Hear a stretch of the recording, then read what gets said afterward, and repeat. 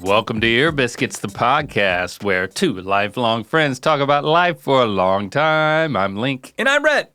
This week at the round table of dim lighting, we're doing what we always do. We're talking to each other and talking to you. Yeah, and you're doing what you always do, which is listen. And the window on this arrangement is closing. Yep. I always ask this question while we're rolling instead of before we're rolling. How many more do we have? Including this one, 4. Okay, well, we haven't done this one yet, so we got to include it. So we have 4 left. This is 4. 4 left until we say goodbye for now. On this podcast, but hello in every other place that we still are. Hello in every other place. I wanted to get to a voicemail that got a lot of, what's the word I'm looking for? We got Chatter? We got chatter happening because I dropped like a little bit of a story on Good Mythical Morning. And I think we both thought that you had maybe told this story before, but apparently a lot of people do not know it. I know. Let's hear the voicemail. Hey, Rhett Link. This is Kate, and I was watching the Most Expensive Food at Costco episode, and I was really fascinated by Link mentioning the story about how he took a blind woman to Costco. And I was wondering if he would be able to elaborate on that story a little bit, because I feel like a lot of people in the comment section had a lot of follow-up questions and confusion. So, yeah, thanks, guys. Bye. I don't think the story was that I took a blind woman to Costco. I might have said that in the episode. I know that I mentioned that I took a blind woman to Wisconsin, but I didn't say Costco. Because the conversation was that you said something about if you were to stretch Wisconsin out, it would be bigger than Texas, which I still don't believe is true. Right, because you said it's flat, and I was And like, then no, you're there's like, all no, types of hills. I've driven a blind woman through there, and I've seen that. And there were lots of hills. And then, of course, you knew what I was talking about. Yeah. Because I've told you the story. I wasn't present for it, though. And then, we even we did an AMA on the society, and everybody there was asking. And I was like, well, on the society, the people, they tend to like know the lore, and they go a little bit deeper. So I was surprised that even there, and I was like, you searchicality. I know I've told this story, but it didn't come up in searchicality. Oh, so you searchicality'd it. I didn't, but other people in the AMA did. Of course, searchicality is the fan-created, searchable database of everything ever said on Good Mythical Morning. And Ear Biscuits. Ear Biscuits. Anything we've ever said on the internet. But, so why did it not come up? I don't know, because I know for a fact I've told this story, but I'm going to tell it again, and I'm not going to tell it as good because I remember less than the last time I told it, but it's good for me. That's why you tell the story again. To tell the story again, because it is a very fond memory of me and the blind woman who I will call I called her Miss. You've forgotten her name. How sad. I think her name was Miss Alice. Alice? Alice, like Alice without an H? Hollis. Oh, why are you not saying the H? Because it's silent. No, it's not. Just like it's not her herb. eyes. It's not herb. Her eyes are silent. No, her eyes couldn't see. It's different. Yeah, but colloquially, you know what I'm saying? Yeah, I don't like mixing senses for metaphors.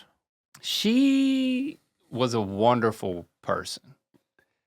And I met her through Todd at NC State. Right. Longtime friend. Todd was a mentor figure of ours. Mm-hmm. We can leave it at that for the time being. And he said, I'm leaving for the summer. Link, I know you're going to be here for the summer. This is the summer that you were gone, that Christy was gone. This is the summer before our senior year. And I was taking summer classes. I was going to the gym. I was hanging out with my friend Newkirk. Mm-hmm. We were eating Chinese food. And I was picking up a blind lady and taking her home from her job as a professor of some sort at the School for the Blind in Raleigh, which is a neighboring school to NC State. Huh. Most of the people who go there are in some way seeing impaired. Okay. Now she, as I said, was a professor of some sort. Sweet older lady, I would say in her, I feel like early 60s. Okay? Proceed. I'm going to see. I mean, she could have been older than that. I didn't know her at all, but I was like, sure, you know what? I'll take a shift taking her home once out of the week. And there were other people who picked her up and took her home too. Drove her around, whatever she needed. So I was happy to do that, happy to help. Didn't get paid. It was all volunteer. Okay. I can't find her on the internet, but Okay. It's better that way. Okay. Are you saying you don't believe me? you could be making it all up, yeah. I could be making all this up. You could be wrong about her name. Maybe she is, I don't she's still. I definitely could be wrong about her name. So yeah, I would pick her up once a week for the summer, and I would park in the same place. She would come out to me, and she would get in the car. And in my Nissan pickup, and I would take her home. We'd have great conversations. How many times a week? One time of the week. So she had different people. Different people. But, and maybe she asked this to all the people who were taking her home, but one day after, a few weeks of me taking her home and just having friendly conversations, she said, I have won a prize. I've won a trip anywhere in the continental U.S. I don't remember how she won it, but she won this trip for anywhere, for 2. And I said, oh, well, where are you going to go? Can't go to Alaska, can't go to Hawaii, not continental U.S. Right, lower 48. Still plenty of places to go. She was like, I want to go to Wisconsin. If you stretch it out, it's as long as Texas. Right. She didn't say that. Yep, because it's not true. But she said, I want to go to Wisconsin, and I want to visit an old friend of mine, old in both senses. This is an elderly woman who she hasn't seen in a really long time because neither one of them travel. She's like, this is what I want to do. I want to go to basically the middle of nowhere, Wisconsin for my prize. But I need someone to go with me. Because ideally, I wouldn't travel alone. I don't like to travel alone because of my impairment. Mm-hmm. She was not 100% blind. She could see some movement. Okay. She had a little bit of ability to discern some stuff visually. Okay. Not much, though. Definitely not enough to drive or pilot a plane, I guess. Right, yeah. Or to navigate uncertain and unfamiliar areas like Wisconsin. Well, airports. Oh, okay. In Wisconsin. Mm-hmm. So I was like, well, free ticket to Wisconsin. I have a friend in Wisconsin. The year before, when I spent the summer in Santa Cruz on what is called Summer Project, you meet students from all around the country. And I met this guy, Matt, who ended up being one of my roommates. We're good friends. We kept in touch over the course of the year. I was like, well, you know what? I'll fly with you. I'll be your flying companion, and then I will. I'll see that you get to your friend, and then I'll get to see my friend once you're with your friend, and then I'll come back and get you. So that was the plan. We flew to Wisconsin. I guess I had a late night. I didn't get a lot of sleep, and I had to get up early. And, she wanted to get to the airport really early, which is not my MO. She had chosen you as the transportation. Which is bad. But I will say, you were there's been multiple versions of Link, and college Link was 7 times more responsible than current Link. That's true. Just some people need to understand that. That is true. His responsibility has plummeted with age It's just in ways that confuse all of us. it's not as worth it as it used to be. Okay, all right. The stakes aren't as high anymore. Okay. I mean, I'm not walking around. Blind people aren't dependent on me. Yeah, I mean, no blind person would ask you to do this at this point. Just so you know, like this was the window I was a good little boy. in which it made sense. For the most part. But you're about to tell us why it wasn't the best idea. There's still an indication that things were unraveling for me. Right. I mean, I pick her up really early. We go to the airport really early. We're like checked in. We're sitting there really early. You know, she. I'm not critiquing her, but she walks slow. Okay. You know, yeah, it sounds like you're judging her. Why would I critique a blind woman for walking slow? Great question. I'm just saying. Why did I say that? Because everything, like my level of alertness had to be really high, and my patience had to be really high, right? Because everything's different. Well, it was a good lesson for me. Yeah. But it was exhausting. But it was a good lesson. Mm-hmm. To be the companion of a blind person. I mean, we get on the plane. I guess I didn't sleep on the plane because I think she talked to me the whole time. Oh. And again, we That's were quite good friends. Right. But you'd obviously had some good conversation with her because she chose you. She liked me amongst the people who took her home. Yeah, of all the people who said yes, I might have been the only one. Well, she may have asked you. I mean, what day were you? Friday? I'm going to say I'm Thursday. Okay, well, right. She probably started with Monday. Right. I did get a sense that if I didn't say yes, she wasn't going to be able to go on this trip. Yeah, I mean, she didn't make it seem that way. So I was like, I'll do this for her. Yeah. And I didn't have anything to do, and it was, you know, the week between my 2 summer sessions, and I had 2 weeks. Spent a week in Wisconsin. And then the next week I went to Nashville without her. But after I brought her home. Spoiler alert, we survived. Okay, yep. Her friend actually drove to the airport and picked us up, but she was so old that she said, I don't want to drive back. I don't feel comfortable doing this. It took everything I had to pick y'all up at the airport. So I was like, well, okay, I'll drive your car. So now she's picked us up, and I'm driving this woman's Oldsmobile. She's this woman who I don't know, and I mean, she could have been 80. Okay. She could have been 85. All right. She's old. Like, almost too old to drive.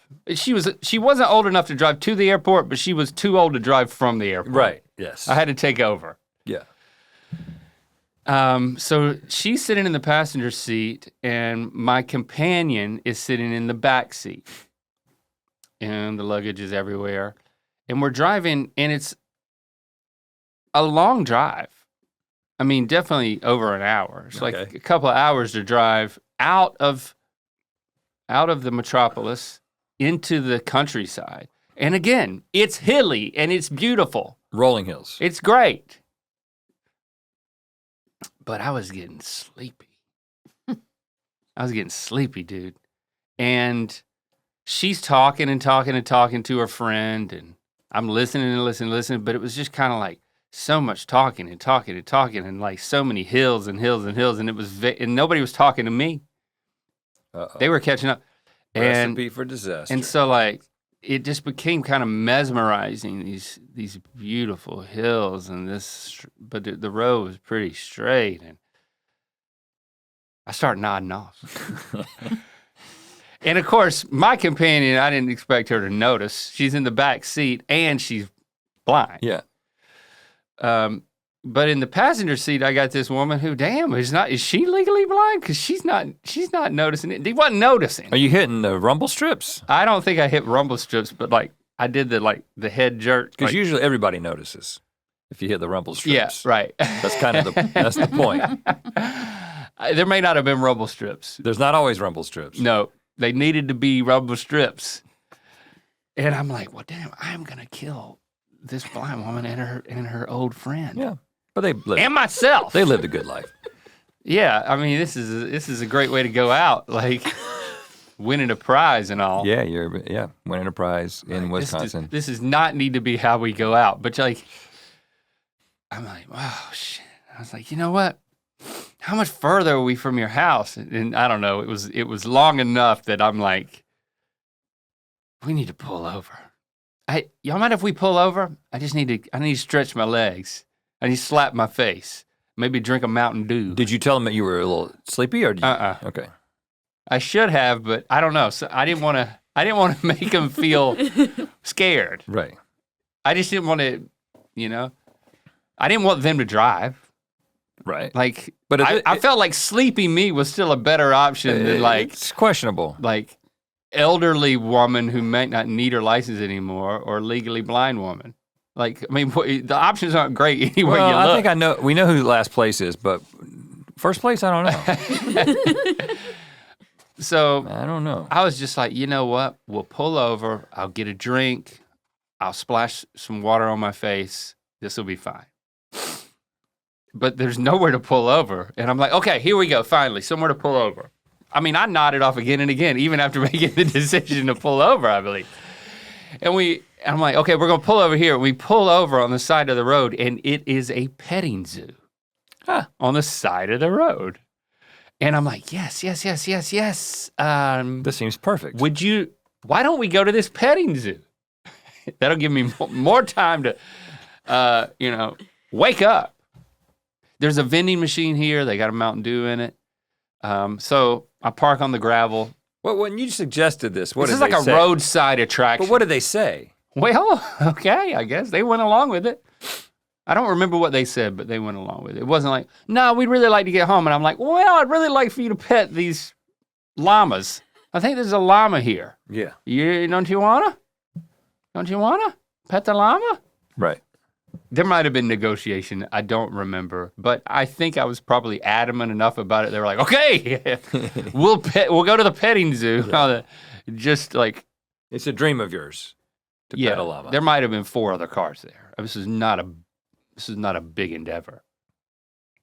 Again, I had to get a drink out of a vending machine. It wasn't like there was a counter selling T-shirts and Starbucks or anything. Right. So then I'm walking around, slapping my face, drinking my Mountain Dew. Petting? I petted a llama. But was it only llamas? They were kind of walking around doing their thing, and I was literally just trying to like get the blood flowing, and I was like, I cannot kill these women. Right. So we got back in the car. Might have been 30 minutes or so. It might have been 40. I felt like I could make it, and I did. I made it. Made it to the house.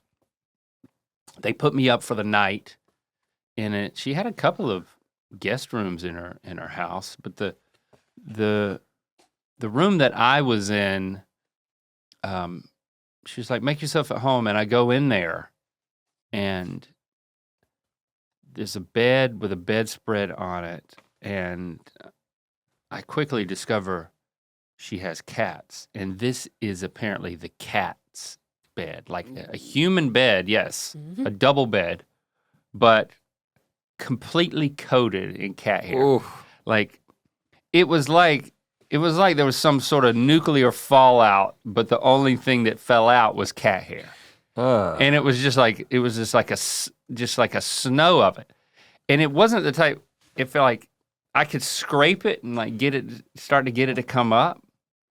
But there was so much of it. I just said, well, you know what? I'm just going to roll it back. I rolled the comforter back like a bedroll and just exposed the sheets, and there wasn't any cat hair under there. So I just crawled under there, and then I rolled it back up over me. Yeah, it's like a blanket made out of cat hair. It seems like it could be something. So, and I was like, it's just one night. I'm sleeping here. And then I'm trying to... I'm getting into bed. I'm going to listen to music and just be depressed because I'm not with Christy, and I'm falling deeply in love with her without realizing it, and deciding that I'm going to ask her to marry me. This was the summer of all that happening. Mm-hmm.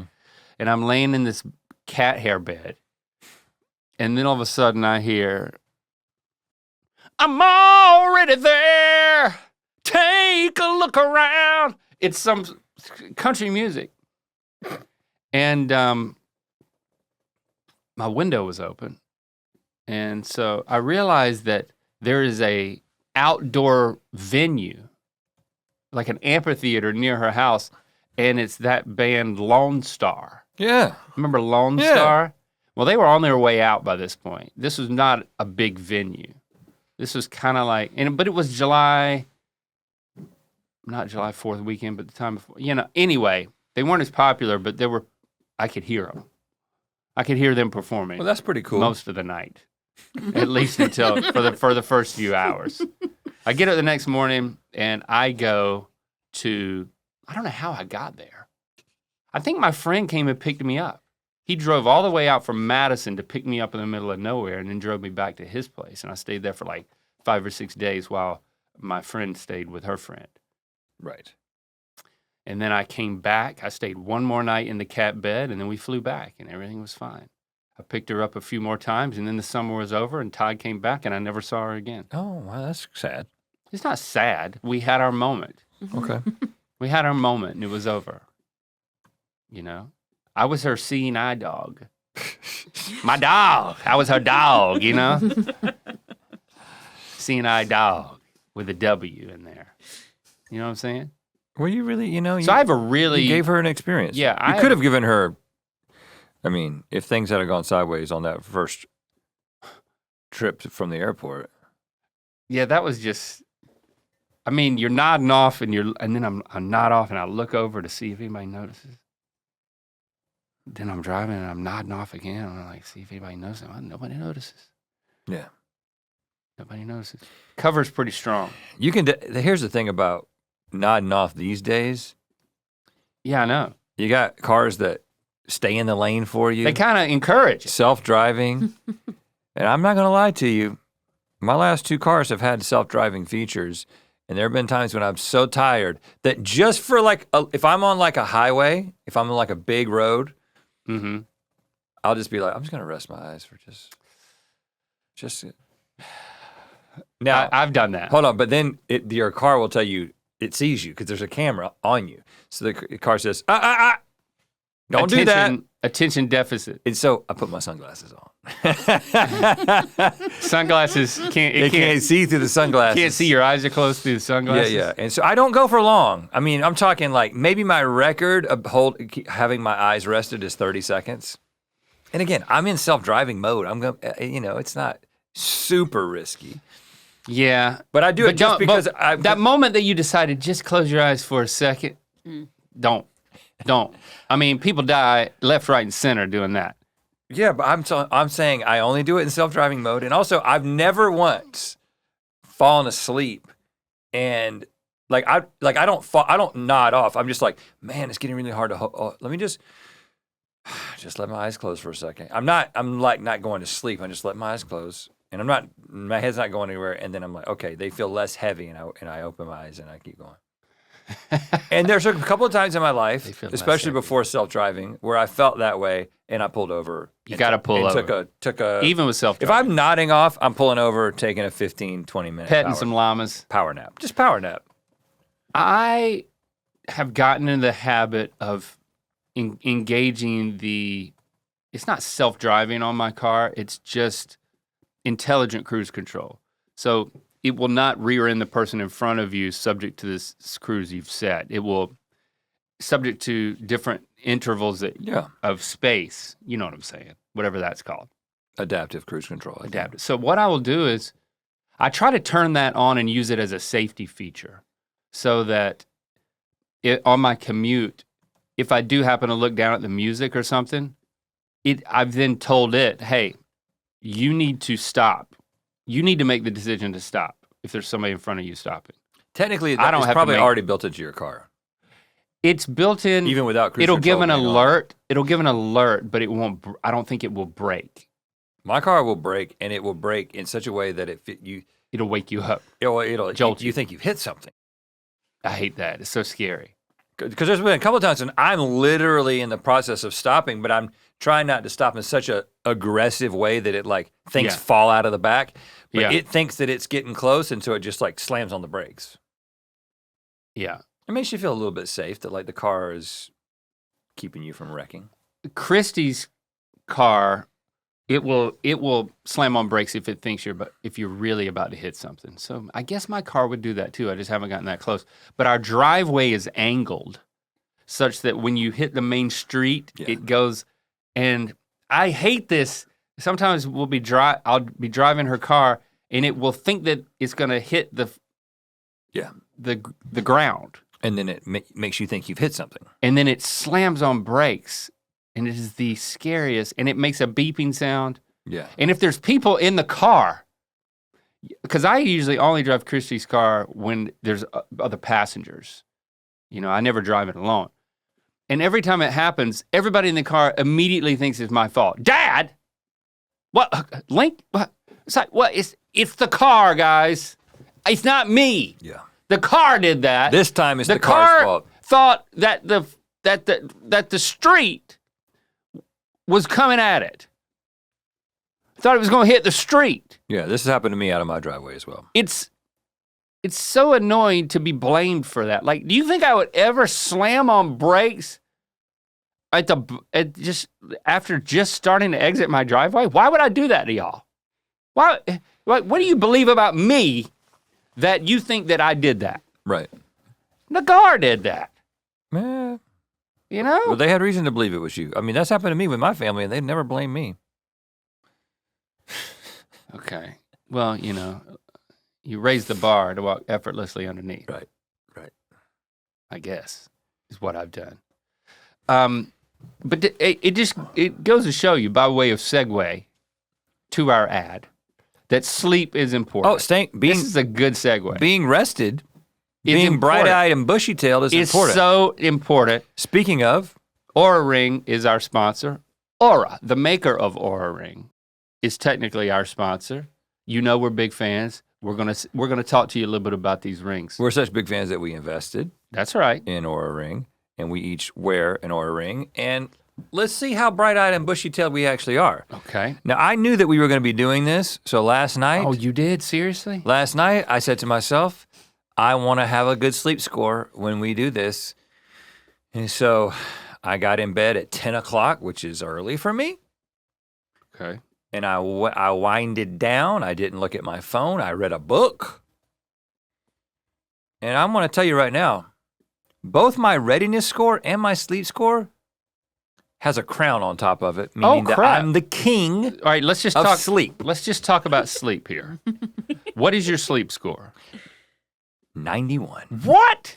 91. Dude, you did it just to beat me today? Yeah. I got a 79, which is good. Good amount of sleep. You got enough sleep last night. Well done. My total sleep last night was 7 hours, 52 minutes. And that's not in bed, that's actually sleeping. Yeah, mine was 7.5 hours, which is really good. Anytime over 7 for me is great. Deep sleep was 19 minutes for me, 4%. Oh, mine was an hour and 26 minutes. You did not get deep sleep. I did not go deep. What did you do? And the deep sleep usually happens for me at the beginning of the night. I think that I ate too much too late.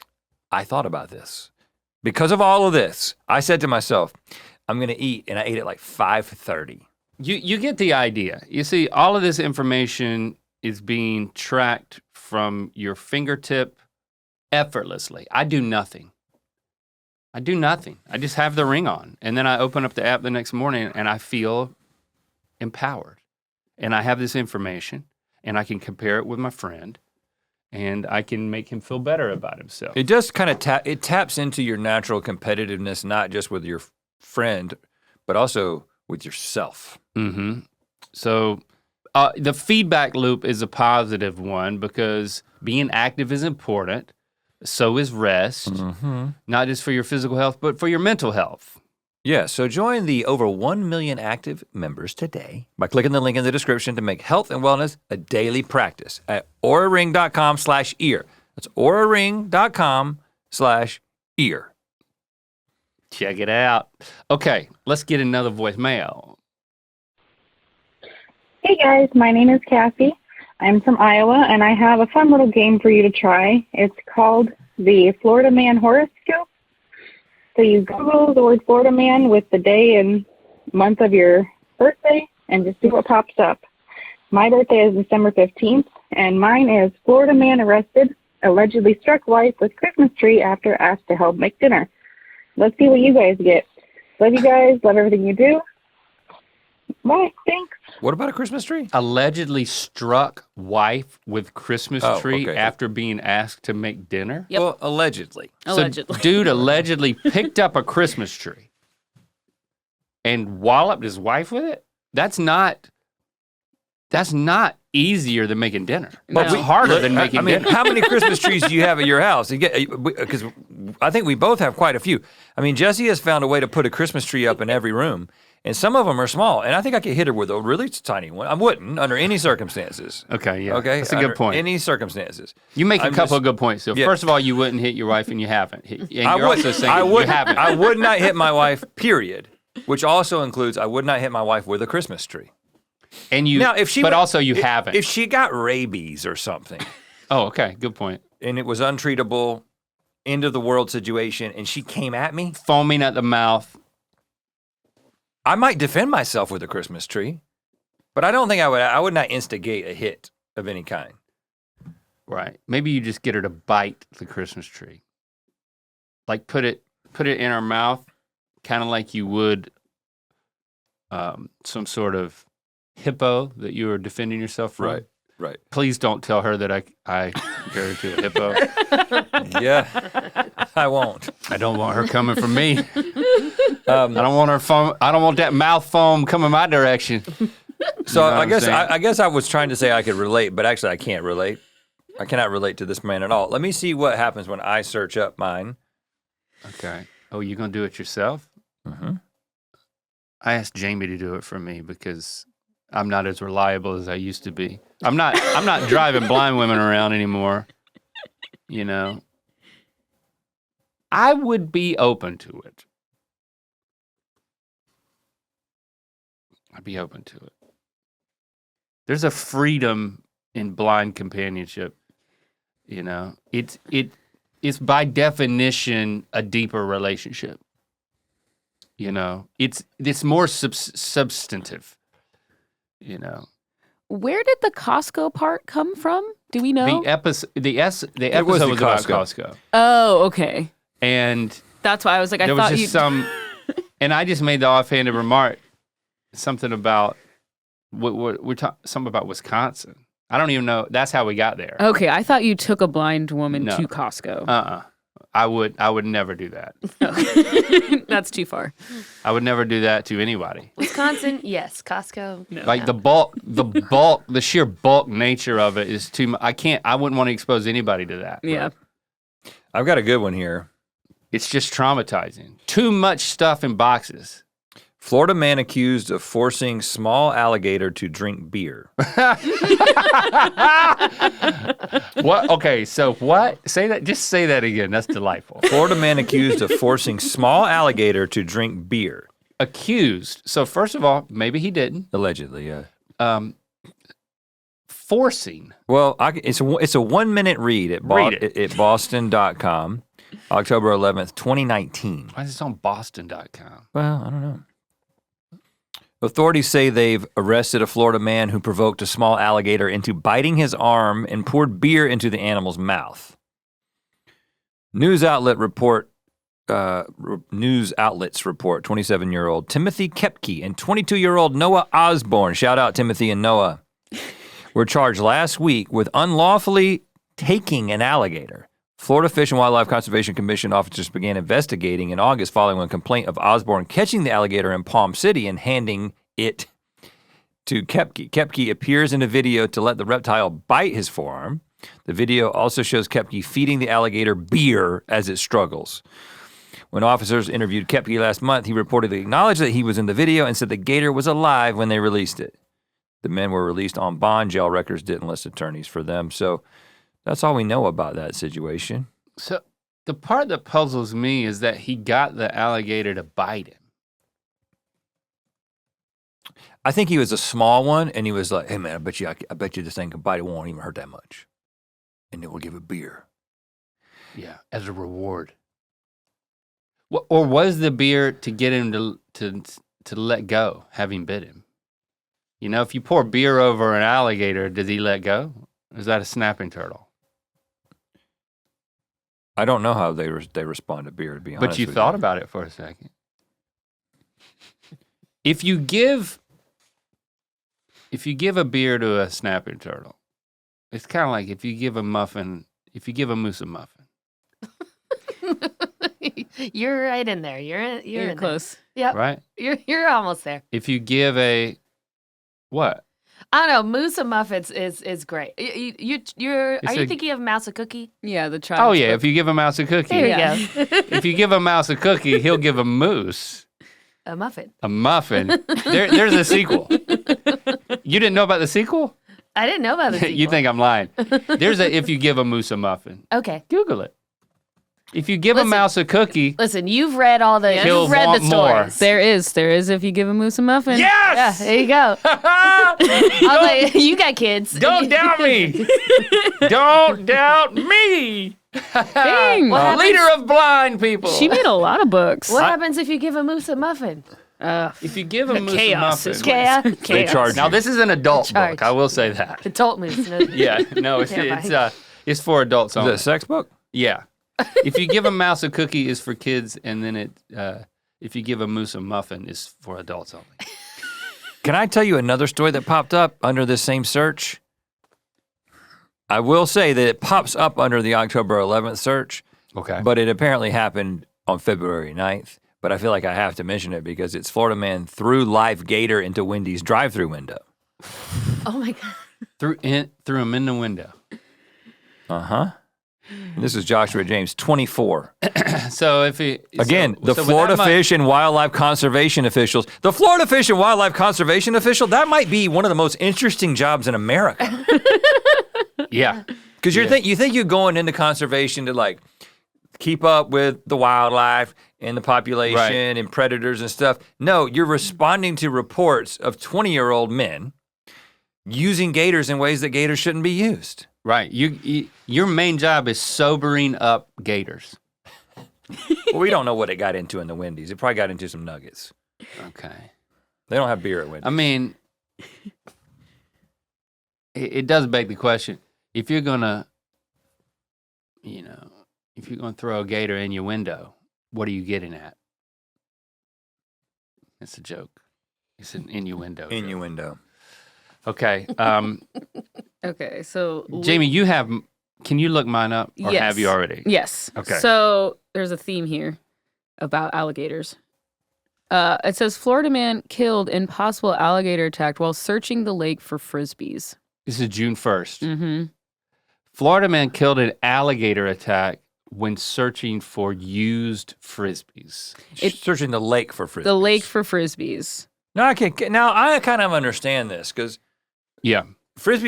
lake's got lots of frisbees, especially if it's next to a proper frisbee course. Now don't call it that because they're going to come for Disc you. golf? Disc golf. Disc golfers, they Okay. don't, but yeah, Well, I'm not one of them. it's not a frisbee. And I don't want to be part of their community. It's not a frisbee. I want to play occasionally, So but I don't want to get serious about it. I don't want to carry the frisbees in a satchel while I play. the journalist is throwing shade at the disc golf community with this. It's interesting because it says Catching strays. Yeah, it says investigators believe the victim was looking for frisbees sometime during the night when an alligator attacked him. Maybe maybe it's just two friends throwing frisbees. And, sometimes you get out of control. Remember, we used to throw frisbee a lot. We called it frisbee golf. When we did. No, our main pastime in college was we would go out under that little patch of grass behind our apartment where someone might shoot at rabbits through an open window. I me. wouldn't, Wasn't me. and it wasn't you. And we would throw frisbees out there. That was one of the main things we did with our lives. But in we college. also did get into what we called frisbee golf because there was a course in Raleigh and we would go. And you know who got us into that? Todd. Mm-hmm. Todd got me into frisbee and blind chauffeur. Right. I'm sure he got me into other things besides Frisbee. So I think that maybe this is just two guys throwing Frisbee back and forth, just being buddies.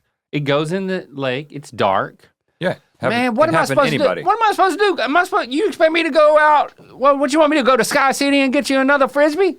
You want me to go to the Big Five and get you another Frisbee? What you want me to do? Well, Walgreens might have them, actually. Not at this hour. Not at this hour. And we we can't wait until tomorrow night. We got to go in after this thing. Because we got plans tomorrow night. You threw it. You go in after it. And you didn't catch it. You know they were thinking. You go in after it. Well, you're in your scenario. They were playing catch. Maybe they were, but it says he was going in for Frisbees. So maybe they've done this a number of times and it's built up. He's like, we got to go in there at some point. People who scuba dive for golf balls. But when you get in a lake in Florida, there's going to be a gator. There being a gator. I mean, you remember we went to that? We were in Orlando, and we were working out of some office. I can't remember what it was. Yeah. And there was a lake just right there in the office complex. Gator in the lake. Like there's a lake, a gator takes it. Mm-hmm. You can't just go into lakes in Florida. No. Really, South Georgia, you can't do it. Now this is June, so I was wondering, would this be the drunk gator? Or I think from October to the next June, he's definitely sobered up, unless he developed a problem. I think that little gator developed a drinking problem in October, and then he got big. Does it say how big the gator was? And how drunk he was? It does not say how big the gator was. It says that there was 2 gators found, that they're not sure. It also says that the victim, Sean McGinnis, was known to sell discs back to people within the park, and he was found within a few feet of a disc in the water. So it seems like he was kind of Did he die? Oh. Yeah. Oh, he died. Oh, wow. died. All right, so this is a disc golf scenario. He's making a little scratch, living on the edge. It must have been a big gator. Oh man, that gator was hungry. Do you know how there was tales drunk hungry of alligators coming up the Cape Fear? Well, do you know they found one? Alligators coming all the way up from Wilmington to where? Somebody sent me an article about a gator getting all the way up to like where we would have been. No. Yeah. I got to look at this because while you look that up, I want to hear Jenna's. Jenna, your birthday, don't tell me. July. No. May. May. May. Yes.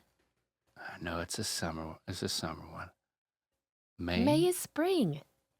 Yep, spring. The beginning of summer. Well, summer is not officially until June 21st, but I always think summer starts with your birthday. That's what I've always thought. Always. Good old May 20. It's 20. No. You know it? Well, Chrissy's is May 13th. That's correct. Pretty close to that. You can't have that. May Don't- 12th, 11th, Nope. 10th. 10th. Yep, I remembered. You remembered. There you go. Beginning of summer, according to me. So what's your Florida man? Florida man fleeing from cops attacked by alligator. So yeah, we're on an alligator. They're everywhere. Yeah. They're all up in the headlines. Yep. My Florida man was pulled over at a traffic stop, but ran away. As he fled, attacked by alligator. Police later arrested him at the hospital where he was being treated for his wounds. Yeah. What a rude They thing to must do be of that everywhere alligator, down first there. of all. Well, they are showing up in Fayetteville area pools and yards. That's crazy. So they're coming all the way up to Fayetteville now. What? Which, I mean, that's pretty. Oh, look. Swimming pools and waterways as far north as Harnett County. What? Harnett County. So we were swimming in those rivers growing up all the time. What And if we'd have seen an alligator? That would have been crazy. But here's the thing. So my uncle, What is that? Uncle Herbert, he had a house on Kitchafoonie Creek.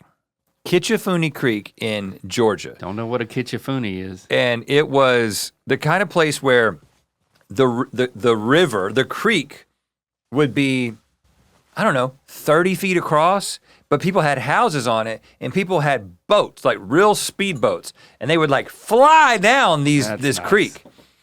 And we would swim off of his dock all the time. This is South Georgia.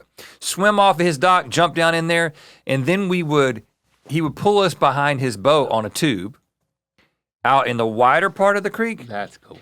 And we would go past this spot, this swamp area. We'd be in the main part of the lake, and then we'd go by the swamp, and we'd be on our tube just going by, and there'd be a bunch of alligators just over there in the swamp. He's like, they stay over there. He said, they ain't got nothing to worry about. They stay over there. But like, they don't stay over there. Why would they just stay over there? I don't know why he thought they just stayed over there. There was water moccasins and alligators everywhere, and we just out there swimming in it. It's crazy. Yeah. I think down there, skin's thicker. Yeah, You you know, can take out. Skin got to become more maybe that's what armor-like. they were doing. They were trying to, you got to Yeah. harden yourself a little bit to it. You let an alligator bite you, you feed it beer, and you get arrested? I mean, those guys probably were thinking they were up for something, but it wasn't an indictment. They probably thought they were up for some sort of Award. recognition. Well, they should have filmed it. Shouldn't have. Shouldn't have done it and shouldn't have filmed it. Next, voicemail. Hi, Rhett Link. My name is Paula. I've been a fan since I was like 7 years old, and I love you guys. I have a little bit of a relationship question, if you guys even answer this, but it's about my boyfriend's family being unclean. I don't know how to tell him that it makes me uncomfortable to stay over at his house because there's like, oh my gosh, speaking of, there's a bug right there. There's roaches in his house, and it makes me so scared. I hate bugs, and it's just unclean. I'll use the bathroom, and it's like stinky, and I hate it, and yeah. Thank you. Oh, it sounds like somebody showed up. Oh, yeah. Or else that roach started talking.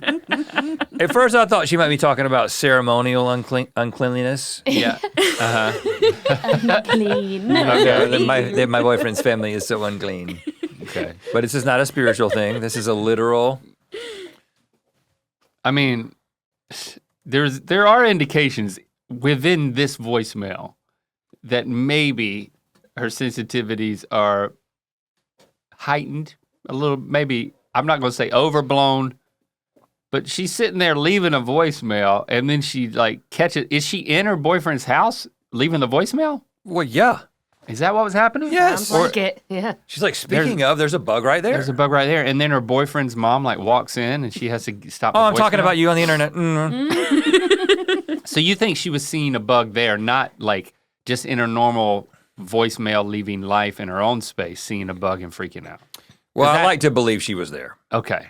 because it makes it feel better. If she wasn't, then she might have a bug phobia. And you can't start blaming that on other people. But if you're in a house and you're seeing bugs, I guess it's a lifestyle. I guess there's, different people in different households and you've got different, Standards, well, you've got, expectations, approaches. It's more of a culture. It's a little subculture. And whatever you're comfortable with in this little subculture of the people that you live under the same roof with, you might find people who they keep things a little dirtier. My kids have lived in different places over the years, and I would help them move in. I would help them move out. And it's one thing when you move out and you realize that like there was a bunch of like just disturbing shit under and behind everything. But when you're moving somebody in and you're noticing it at that point, that's different. That's not starting off on the right foot. I may or may not have had a kid that I moved in and out of a place that I was concerned for the for the health viability of those who were staying there. But it wasn't my place to say anything.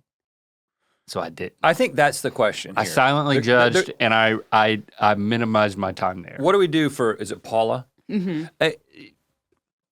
I feel like Paula. Unfortunately, I think that the way forward here is that you just have to grin and bear it. Take it. I don't think that you can. What take it on what the you chin. can say is you can be like, your parents' house is really dirty. I don't like staying there. I want to minimize the amount of time we stay there, but I understand that we can't completely not stay there or whatever. But I don't think what you can do is deliver a message to him that then he is expected to deliver to his family Right. for them to like fundamentally change the Right. way that they approach this stuff. It's just like, this is part of the package that comes with your boyfriend is a dirty family house. Don't make waves. Take it on the chin, and be nice in the way you even talk to your boyfriend about it. And it's like, I have a thing with bugs, and I've seen a bug there.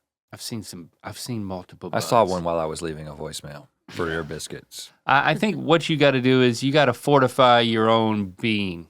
You gotta see if you can just bear it, like you're saying. This is an opportunity for growth. It really is. I told you that story about when we found the roach in the studio, and I stepped on it and picked it up. I will let you know that I am scared of bugs as well. It's just I was on camera. I'm in performance mode, and so I stepped on it and picked it up. I would never do that at my house because there's no camera rolling.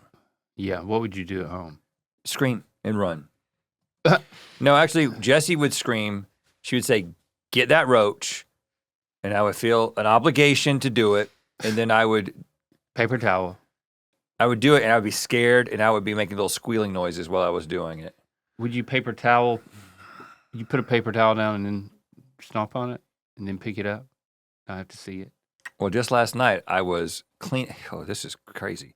Cleaning out my closet, thinning it out a little bit as we migrate from short sleeve to long sleeve predominance Yes. in the closet. And as I was going through my jackets, I pulled out a jacket and a spider, a little spider, one of the quick ones, runs out of the jacket and gets up on the shoulder of the jacket. Oh, did he speak to you? No, but I spoke to him. Please, sir. And then I was like, the main thing I was thinking was, I can't let this spider stay in the closet. Like, I have to get him out. And he went back, when I screamed, he went back into the coat. So I just picked the whole coat up and just threw it on the bathroom floor. And then I just opened it up and he crawled out and I hit him with a shoe. May he rest in peace. Dude, he could have lived in that jacket. Who knows how long He could have was been in walking there. around with a little spider, a pocket spider. Yeah, I know, but what I'm That saying would is be I didn't cute. handle that well. No, you didn't.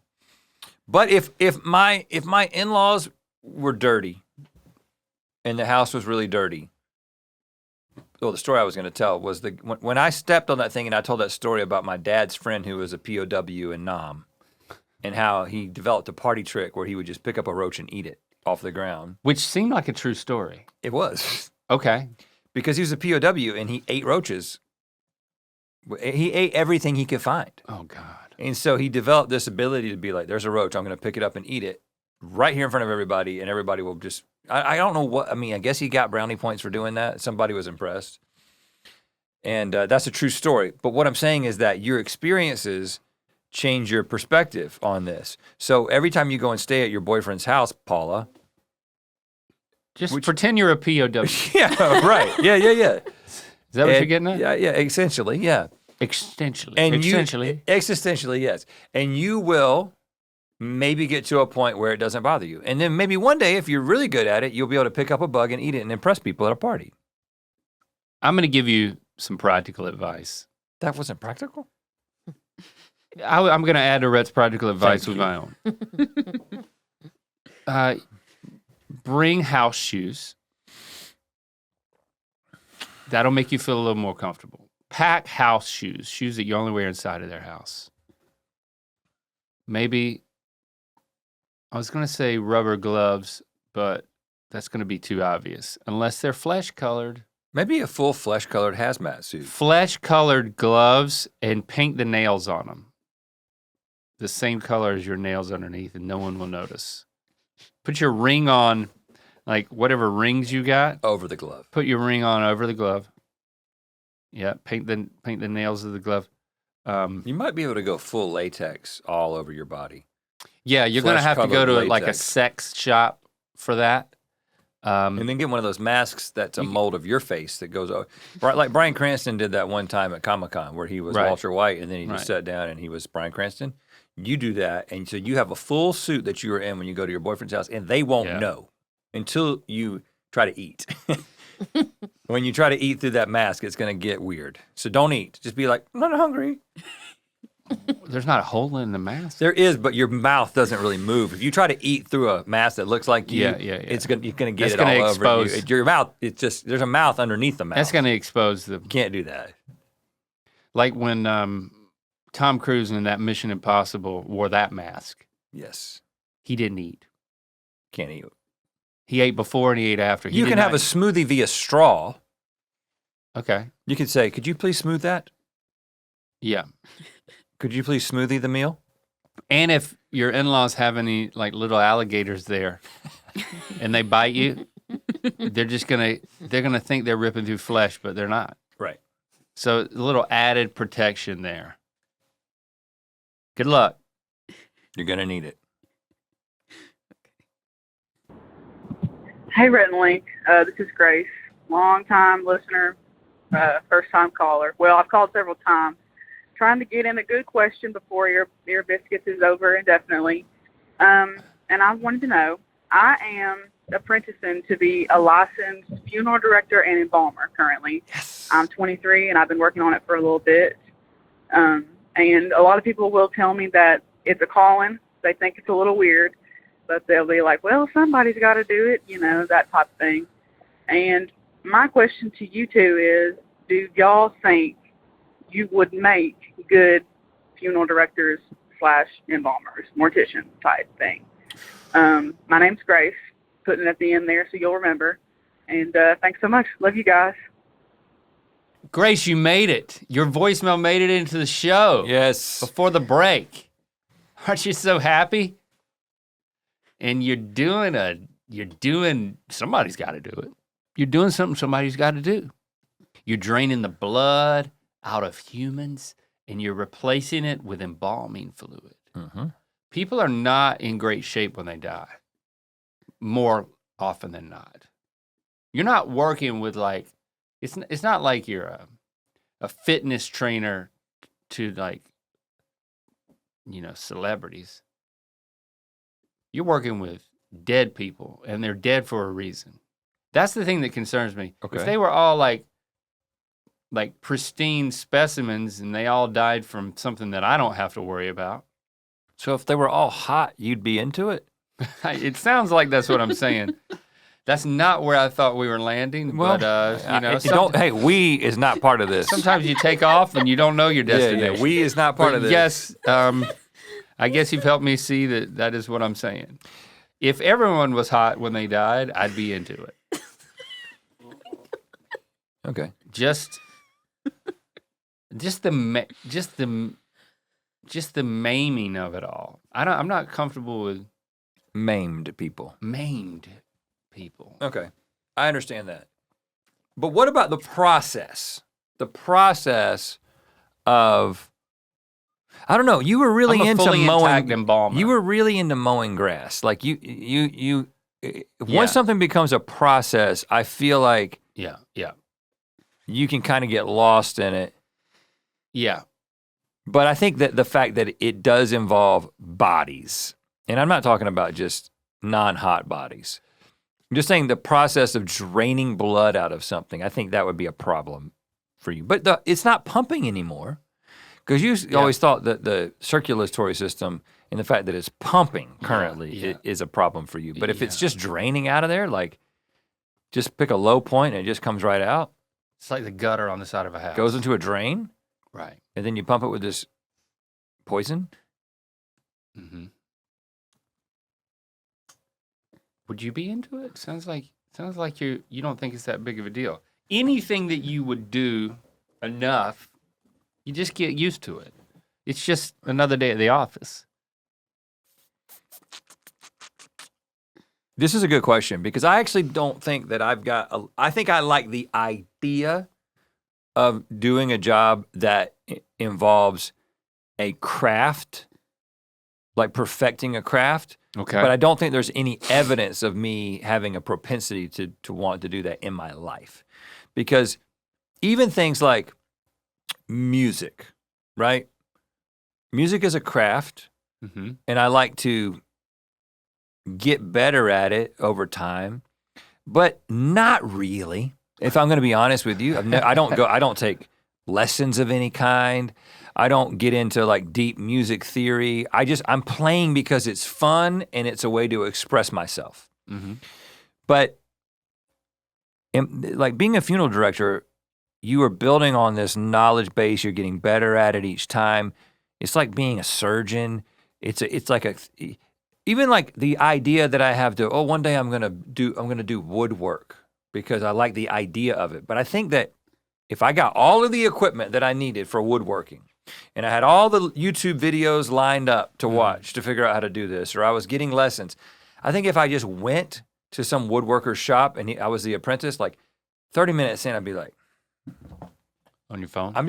I know, like I have a high level of patience for creating things, and we'll spend a lot of time writing.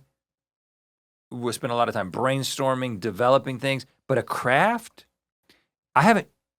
name a craft. Name a craft like that I've spent any time. I think that practice. You have to be Something you a gotta crafts practice. person to be a good funeral director. So I just don't think I have it in me. I don't think I have the patience.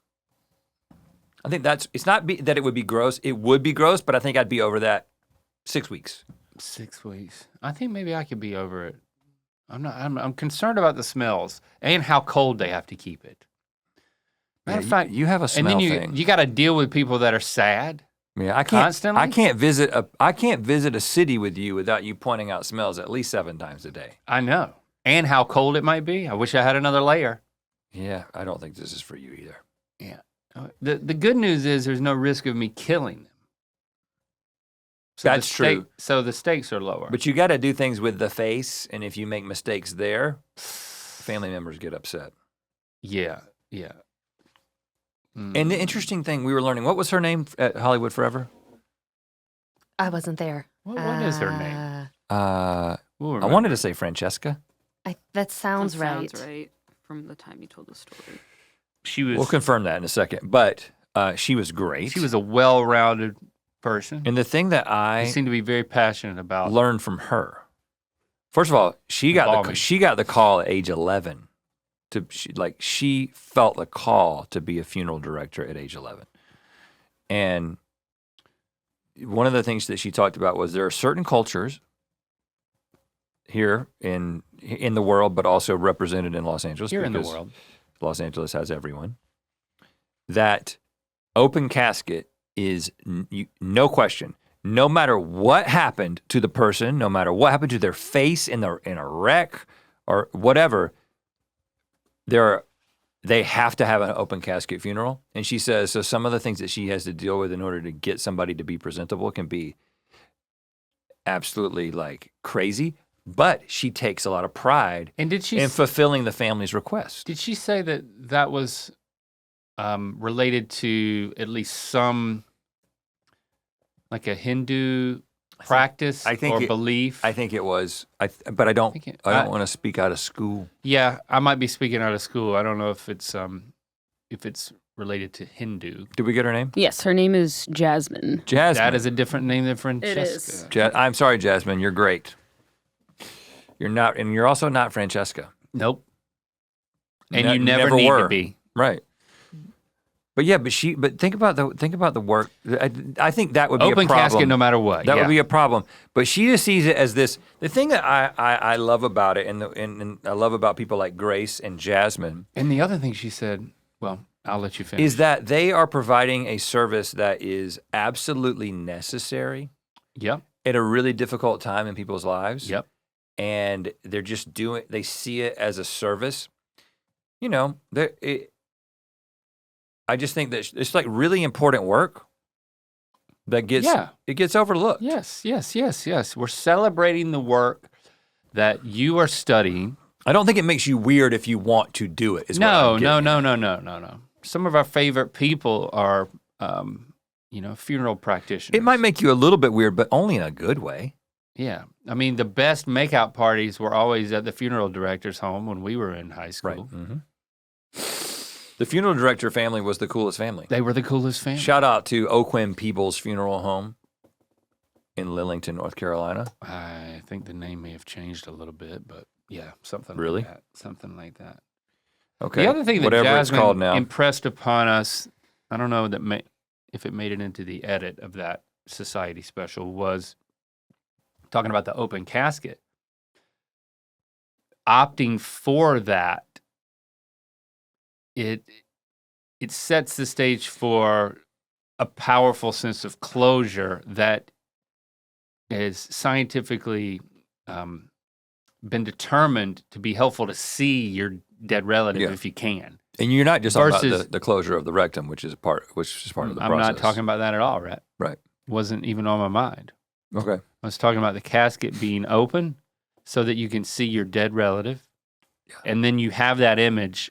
It's an and important it thing. gives you psychological, subconscious closure that, well, there they are, or there their body is, just dead, lifeless body, and I'm feeling certain things, and now I'm walking away. But I have that image. In a way that every culture and every person in history, like up until modern times, had to deal with. Like somebody died and you saw them there, and they were in your house, like on a table for like a few days, so people could come and say bye to him. Yeah. So like, there he is. He's just sitting on this table in the living room, and now it's like, sitting up. I mean, it's not Joe Diffie, Okay. but may he rest in peace. May he rest in peace. And It always troubled me that when Joe Diffie passed away, it was during the pandemic, they didn't prop him up next to the jukebox. They didn't prop him up next to the jukebox. I mean, there had to have been behind closed door conversations about that. I mean, right? I mean, because you can do it. And you can do it. But it can be done. In the early days of the pandemic, it was really hard to do anything. So if it wasn't the pandemic, were we robbed of dead Joe Diffie being propped up next to the jukebox because of the pandemic? If so, I hate it even more. I didn't think I could hate the pandemic even more. Yeah. But I think that's the reason, because there was extensive conversations involving multiple people sitting around multiple tables to try to figure out the best way to do it. Not if you should do it, but how to honor his request to do it. And you can do it, as we discussed with Jasmine. And one of my favorite TikTok rabbit holes is like, I think it's Nigeria, like Nigerian funerals, or maybe it's Ghana. Okay. Somewhere in Africa, the funerals, she called it extreme embalming, I think is what Jasmine called it. Because the first one I ever saw was there was a man who was a lover of soccer. And so at his funeral, he was sitting up and all of his friends were going by and bouncing a soccer ball off of his dead head. What? Yeah. It was like, that was how you said bye to him. You go up and you just hit him with a soccer ball. And Jasmine... And he headed it back every time.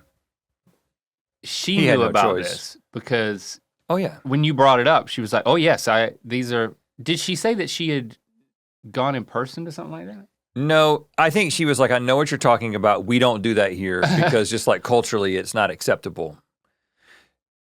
So... And are they kind of dried, mummified a little bit at that point? Or is it they're pretty fresh? I mean, if you didn't know, you would think it was just a very still man. Bouncing headers. Mhm. Wow. What else have you seen? Lots of just like lots of people sitting up at their funeral. Lots of people that just sitting there in a chair, hand on cane. Hand on cane. Yeah. Dressed really nice. Always with sunglasses. Good. Always with sunglasses. So that the car won't see that they're asleep Right. or dead. Yeah. Always with sunglasses. What kind of sunglasses? Cool. I mean, really cool. Yeah, you don't want to cool. see the eyeball after death. That's tough. That's a tough one. And you don't want them to be closed eye because They're sitting up. they're sitting up. I mean, you're throwing soccer balls off their head. Yeah. You want them to see it coming. You want to think that they could see it coming, Right. right? But we're so uncomfortable with this kind of talk in our culture. Like something happened. I also, one of the things she taught us, which I had heard before, but then it like went in another part of my brain and like solidified, was the whole thing about embalming being an innovation of the Civil War, because you had all these soldiers dying all over the United States and needing to get back to their home to be buried. And so somebody came up with the idea that if you pumped them full of formaldehyde or whatever the stuff is, Preserve them. they preserved them to get them back to their parents and their families so they can be buried, and they wouldn't just be like rotten. And so then we just, I don't know, at that moment we kind of pushed ourselves a little bit away from it. From death. Yeah. Yeah, like the dead person being there, it became like arm's length, next room over, take care of it. Like they're not at home, they're at the funeral home. Mm-hmm. I really appreciate the level of empathy and the level of craft, as you were saying, that goes into such a not only necessary but beautiful. I mean, I think that the people that I've met who are really committed to it and really good at it, they're like super empathetic, nice, caring, community-oriented people. Mm-hmm. You know, because everybody comes through. There's like, you know, you think about Lillington and the small town nature of it, and the fact that there might be 3 funeral homes there, different ones. But you know, you got everybody coming through. It's kind of this touch point for the entire community. It's one of the reasons why people come together. Mm-hmm. It's especially in like tight-knit, smaller communities when like, I mean, you got you got like wakes and funerals that are like, the entire community comes out for it. They're just lined up around the block just to honor somebody, you know? We don't see that as much out here. Because we're not in a tight-knit community where our old people are dying. Yeah, we're not in a community with a bunch of old people. That's one thing out here, is that no one is dumb enough to retire out here. It's too expensive. Yeah, you can't do it. Um, So man, I don't know. We're very grateful for it. It's one of our favorite professions that I guess neither one of us would do. Put it to you that way. Thank you, Grace. But give us 6 weeks and it would be old hat. We'll be all right. The rest like, I got this. All right, y'all. You can still call us. Leave us a voicemail. But the clock is ticking. Yeah, it is. 1-888-EARPOD1. I'll catch you next week. Hey, Rhett Link, this sure does stink. Your biscuits is gone and I understand why, but I'm gonna miss these lifelong friendships that 2 guys just talked for a very long time. As it ends, I hope you see we love being in this matrimony, and if it comes back, heck, who knows? I'll watch each and every show. So go, spread your wings. Love yours truly, Emily from Hawaii. And please don't take pictures of us at the beach.